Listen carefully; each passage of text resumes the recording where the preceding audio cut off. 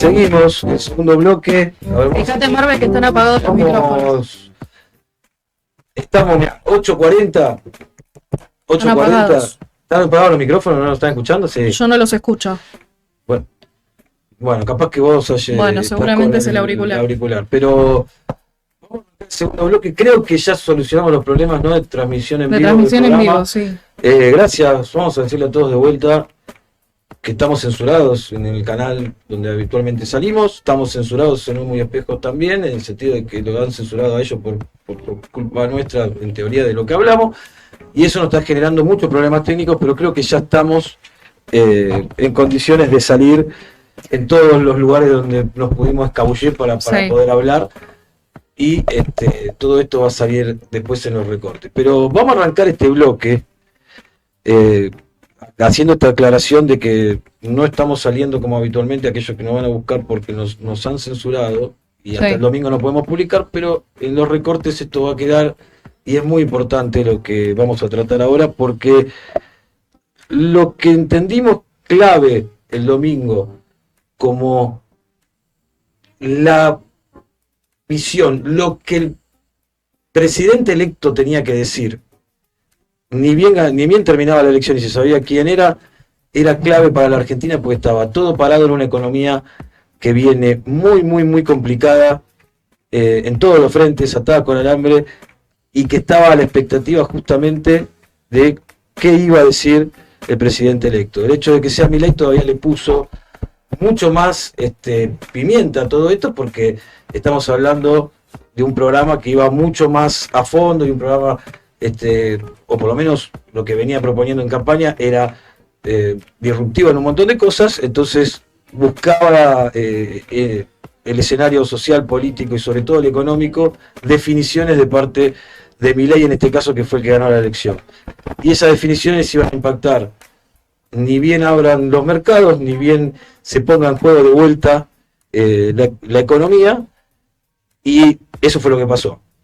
O sea, Milei gana, Milei empieza a declarar, empieza a hacer, mostrar en diferentes entrevistas para dónde va o para dónde quiere ir, y eso empezó a tener impactos que ahora lo vamos a ir desarrollando, sobre todo en lo económico, y que todavía no está del todo definido, pero sí creo que en la semana, dio entrevistas, creo, muy importantes, porque están todos mirándolo a ver qué señales da. Y si hay algo que dejó claro Milei y que dejó como innegociable, es que la primera jugada, lo primero que va a hacer después de que desarrolle y que se ponga en juego toda una serie de reformas, todo ese programa que Milei va a intentar llevar adelante, lo primero que va a gestionar y poner arriba de la mesa es un plan de ajuste de shock. Eso es lo que bajó a los argentinos, un plan de ajuste de shock que serían muchas medidas en simultáneo para generar un efecto brusco, sobre todo en lo económico, que él entiende que es clave y necesario para dar vuelta y empezar a dar vuelta a esto y después poder aplicar su política de gobierno. Algo que en realidad creo que todos saben que había que pegar un volantazo en la economía, que hay que pegar medidas, no sé si las que está proponiendo Milei, lo vamos a analizar, pero sí que medidas contundentes, medidas estructurales, y arrancar un nuevo ciclo económico, que en este caso está Milei con la responsabilidad, por ser el presidente electo que eligieron los argentinos, de encarar ahora en este momento. Y vamos a ver dos cosas hoy, en este bloque. Primero, la descripción de la jugada que está proponiendo y el impacto económico que eso va a tener, descriptivo, y después nos vamos a posicionar en el sentido de si esto es viable o no es viable, y el impacto que puede llegar a tener en la vida de todos los laburantes y de todos los del comercio y de las empresas en general, y vamos a ver si realmente eso que está proponiendo puede tener el efecto que por lo menos están viendo y están manifestando desde un Excel teórico. Claro, sí. Era lo que veníamos diciendo, que el gran problema que teníamos en el país era la economía, que había que buscar soluciones, que de hecho el gobierno perdió, sobre todo por el problema económico que hay, El tema, como decís vos, es si la salida que propone Milei realmente es una salida y realmente puede generar el bienestar del pueblo argentino, de los trabajadores, en ese sentido. ¿Viste cómo es? O sea, es una persona que en un perfil, que lo venimos analizando, extrovertido, es un tipo diferente en ese sentido, y tuvo una entrevista con Fantino, que vamos a pasar una entrevista larga, de 1 hora y pico, que nosotros resumimos en 3 minutos, lo que entendimos que es lo innegociable y lo inminente que va a poner en juego, que es ese ajuste de shock que está diciendo que es innegociable, o sea, que es inevitable y que estamos hablando de que asume y lo pone en marcha el 10 de diciembre, estamos hablando de hábiles, 11 días hábiles. Sí, sí. Que en 11 días hábiles se empieza a correr y empieza a cambiar y empieza a impactar en la vida de los argentinos. Vamos a mostrar ahora, a partir del análisis, cómo lo dijo, ¿no? Porque es muy interesante ver cómo lo dijo y dónde enfatiza que está el problema de los argentinos y cuál es la argumentación que él dice, que le da validez a poder hacerlo. Yo no sé si, Marlon, tenemos la posibilidad, pasemos el video y después arrancamos con el análisis.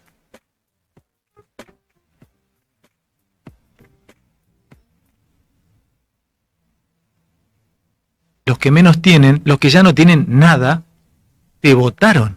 Es la primera vez en la historia donde gana alguien que, por ejemplo, hace campaña diciendo que va a hacer ajuste. Como el liberalismo fue creado para liberarnos precisamente del yugo opresor de lo que hoy llamaríamos Estado.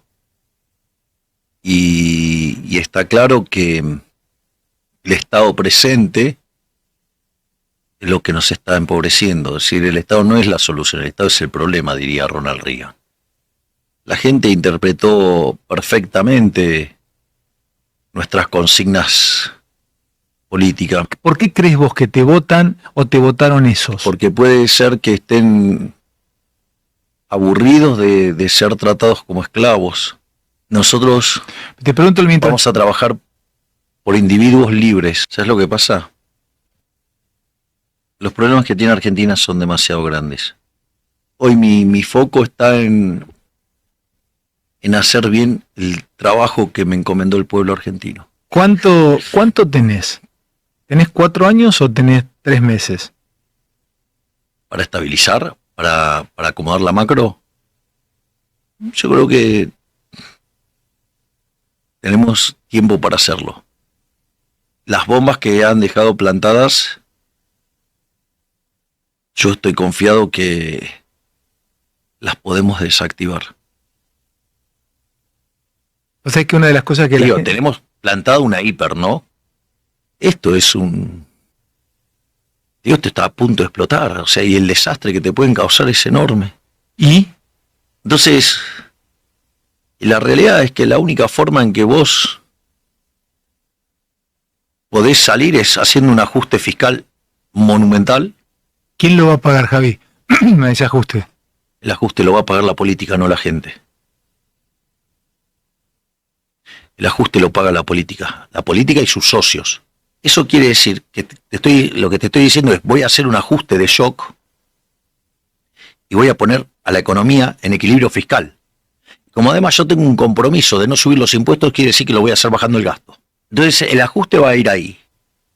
Y el 2024 tiene que terminar con equilibrio fiscal. O sea, no se negocia el equilibrio fiscal. El equilibrio fiscal no está bajo discusión. Ministro que me gasta más, lo echo. Es el barco de todos. Y que si cada uno nos guiamos por nuestro propio interés, eso va a conducir al bienestar general. Adam Smith, la idea de la mano invisible.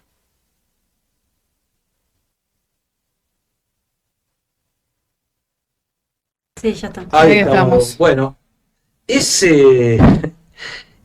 es lo que Milei, digamos, estructuralmente lo vamos a ir desarrollando, pero es lo que Milei dice que va a hacer ahora y que no se negocia. Cuando dice no se negocia, en realidad no se lo está diciendo a Fantino, se lo está diciendo a todos, inclusive sus socios políticos. Esto va a pasar porque estoy convencido que es lo que hay que hacer.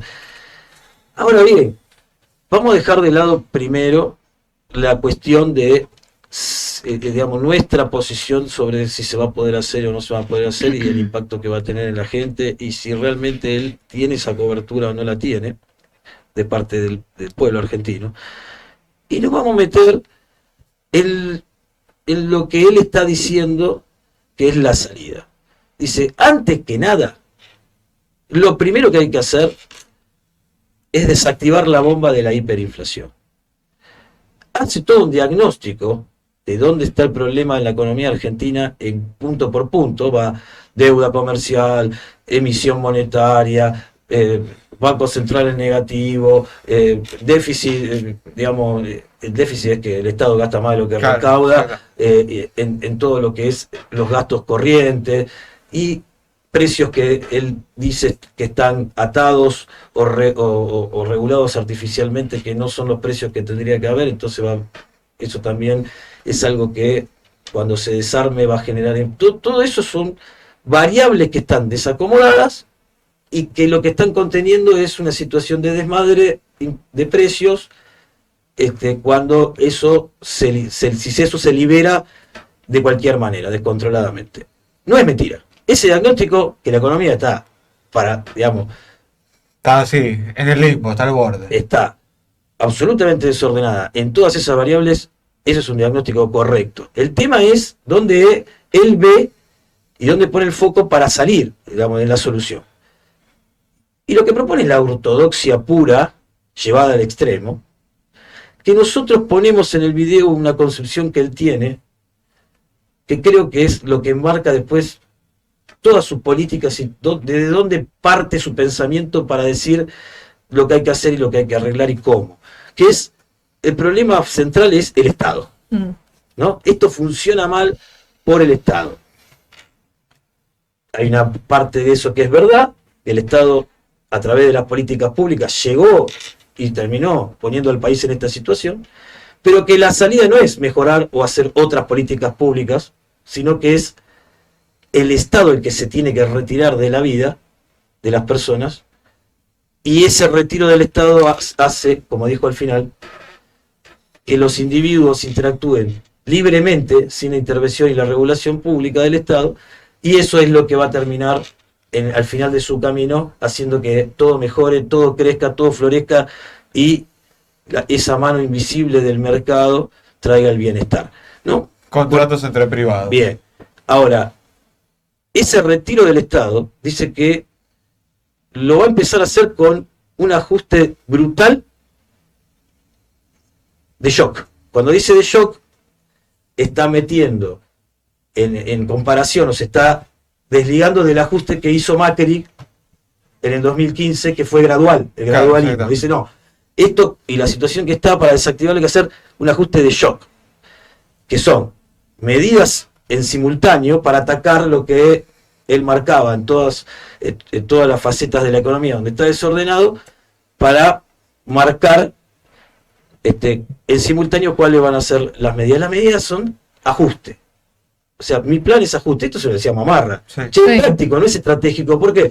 Y porque su propuesta es achicar el Estado y ajustando. Eso es también lo que venía pidiendo el Fondo Monetario, solo que, como él le dijo al Fondo, lo mío es más extremo que lo que pide el Fondo. Pero el Fondo no pide que se suelo de Estado, sino que ajuste. Yo aparte quiero ajustar más de lo que pide el Fondo y encima me quiero retirar.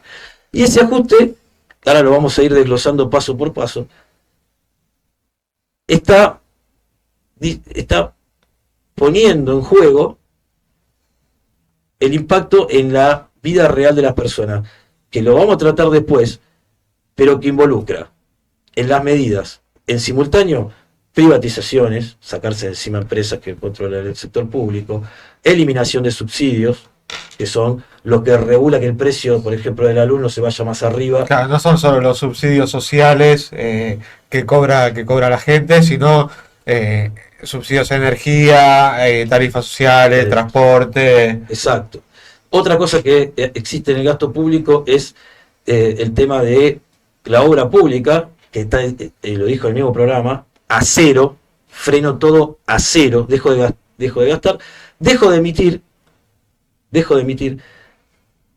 devalúo para que se acomoden los precios, se liquiden cierta parte de la deuda, y lo que no está diciendo en el aspecto económico, que todo eso, que también lo pone al fondo, lo que está diciendo que es la ortodoxia pura es, para frenar la inflación hay que recesionar la economía. Y él está diciendo, la voy a recesionar y le voy a poner un freno al extremo. Fuertísimo. Recesiona la economía.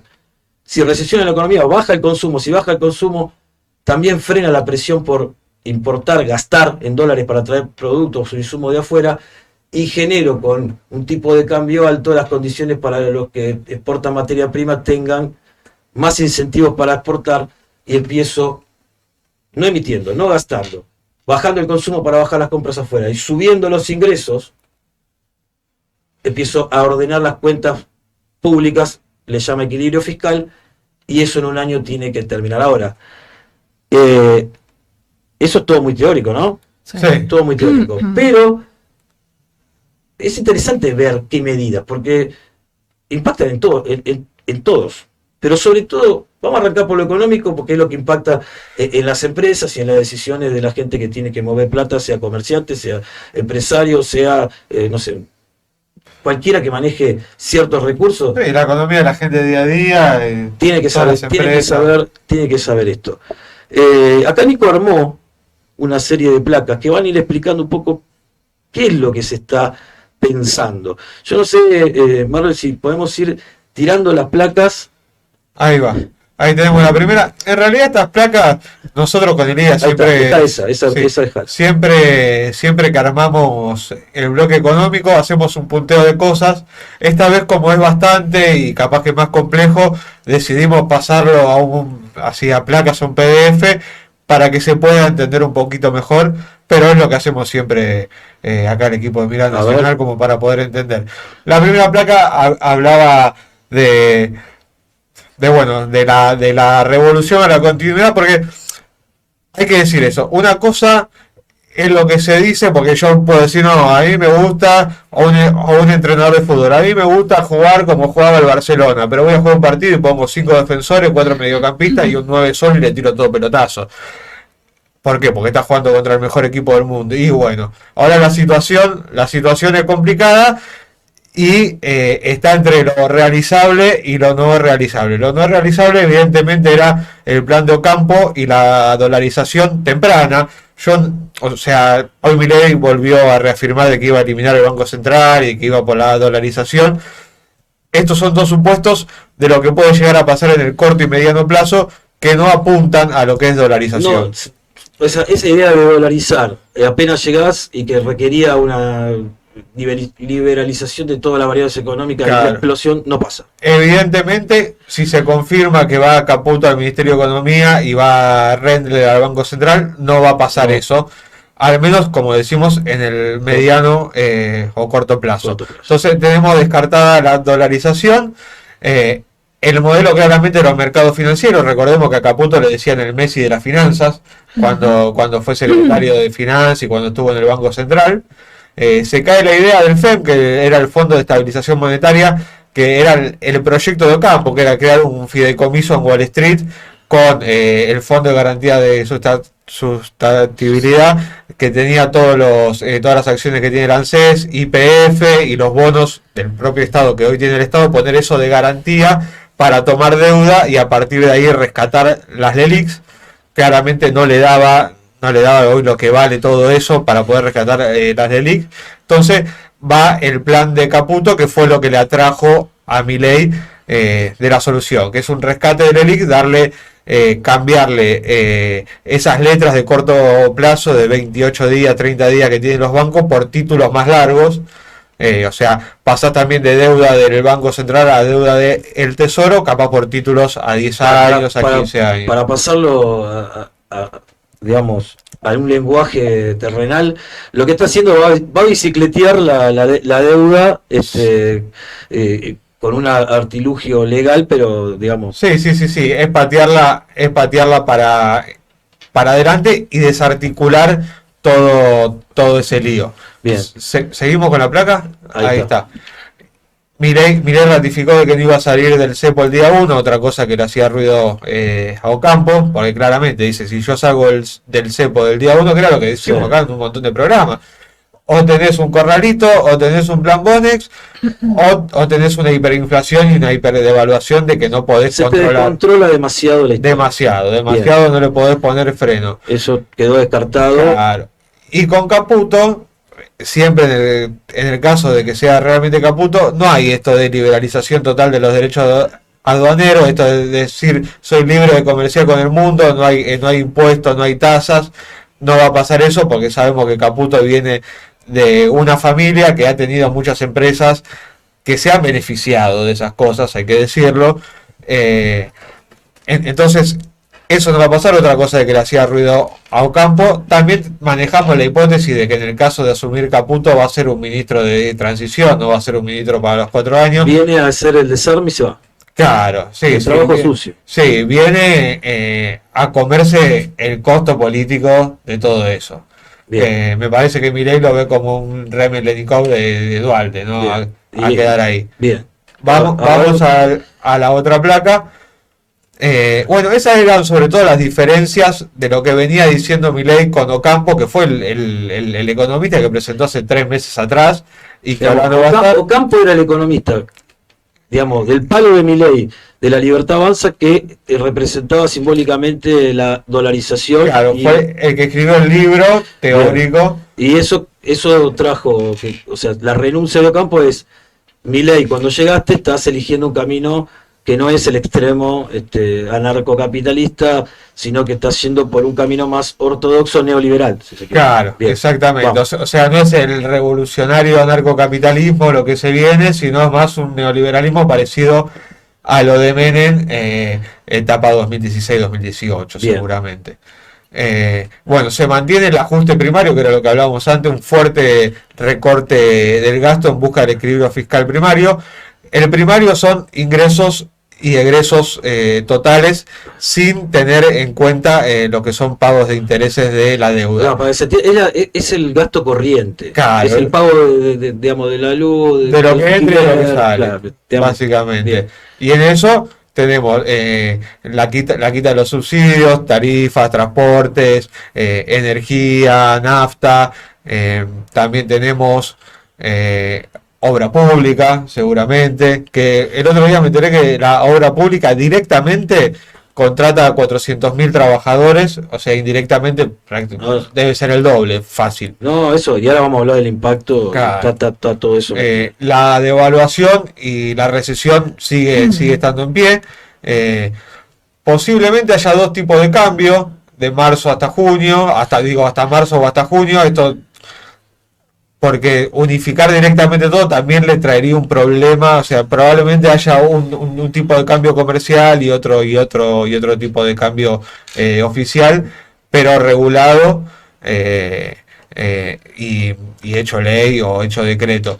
La política de privatización es similar a los 90, lo ha repetido varias veces Milei y esto se va a mantener. Esto es YPF, Aguas Argentinas, ARSAT, todas las empresas que tenga el Estado van a ser puestas a disposición del mercado. Sí, ya se la está negociando, ¿no? Claro, totalmente. Lo que le garantiza, a diferencia de la dolarización, me parece que es una devaluación no tan descontrolada, sino algo que pueda ir, que no se le vaya de las manos. Pero va a haber una devaluación, va a haber ajuste, va a haber recesión y va a haber un verano que va a ser invierno muy largo.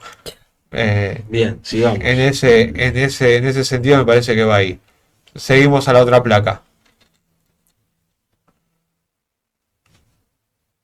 Bueno, esto fue un poco cómo reaccionaron los mercados financieros ante la victoria de Milei y sobre todo los últimos 2 días con el rumor y casi confirmación de que Caputo va a ser el ministro de Economía. Es un jugador de ellos, un jugador de los mercados financieros. Voy a decir que todo eso, cuando lo resuma yo, descorcharon champán y se fueron al yate con Isorralde y la morocha. Sí, pero no en Marbella, sino en Nueva York, en Miami, por ahí. El equity son las acciones argentinas, subieron un 25% promedio en dólares, YPF llegó a subir un 60%, ahí está un poquito, ¿no?, lo que va atrás de por qué puede llegar a subir tanto YPF. Bueno, porque si hay una privatización va a venir gente que va a poner mucha guita en eso y estaba en precios ridículos. Los bonos en dólares, que son los que debía, o sea, los que tiene que pagar el gobierno, también estaban en una paridad de 25, ahora están en una paridad de 33, 35, depende del bono, subieron 31% en dólares esta semana. Eso sobre todo es para los que están ahí especulando, pero sobre todo me interesa explicar el tema de los bancos, de las LELIQs. Dejaron de renovar las LELIQs, ya el martes y miércoles renovaron un 40% del 100 de lo que tenía que renovar. Ayer y hoy solo el 10% y se pasaron a pases. ¿Qué quiere decir? La LELIQ son a 30 días, los pases son a un día, entonces tienen liquidez para jugar con... Se cubren. Se cubren por si pasa algo, yo tengo la plata para poder moverla, sacarla, y si me tengo que pasar a dólares, me paso a dólares rápidamente. Este cuadro que está describiendo muestra quiénes son los ganadores claramente de un modelo que se está planteando, ¿no? Ese festejo, esa expectativa positiva que empieza a moverse en el palo de las finanzas y lo que las timbean y lo que invierten, están mostrando que ven para adelante un beneficio para todos esos sectores, ¿no? Que le va a ir mejor con esta política. Fíjate, y esto los medios de comunicación son tan gorila, porque la contracara es lo otro. La contracara es los sindicatos, la contracara son los trabajadores, la contracara son muchos que están diciendo pará, porque el ajuste vamos a perder. ¿Quién lo va a pagar? Bueno, ahora lo vamos a ver, pero fíjate, acá vos estás mostrando los ganadores, ¿no? Y después la próxima placa es la contracara de todo eso, que la contracara es la economía real, ¿no? No se ve bien la placa, sale por la mitad.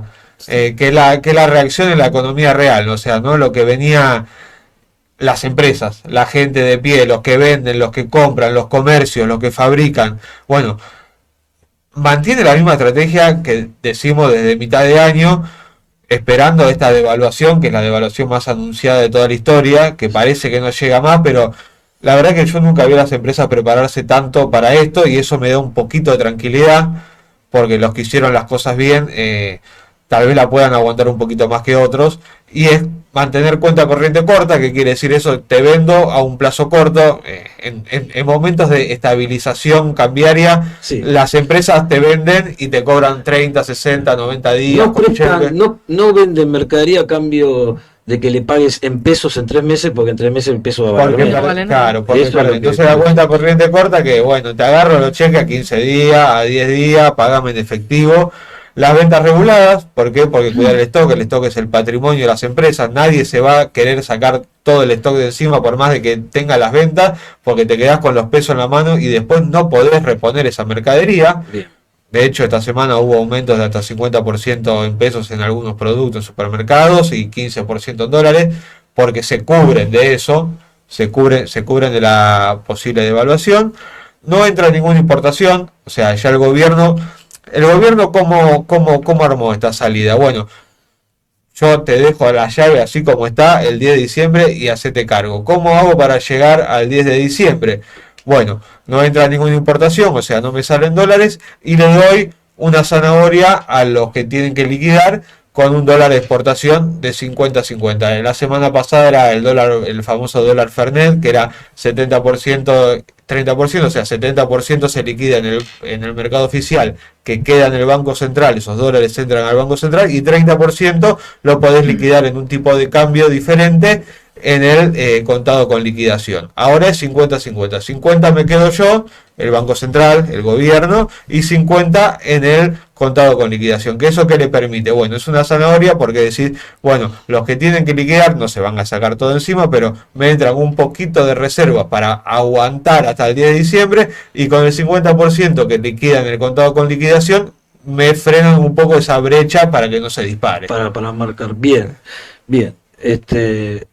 Todo esto que es complejo, es técnico, pero que es de lo que se está jugando, se está poniendo en juego ahora, es lo que está marcando el futuro y la suerte de los argentinos y cómo va a impactar y cómo se va a mover en lo económico.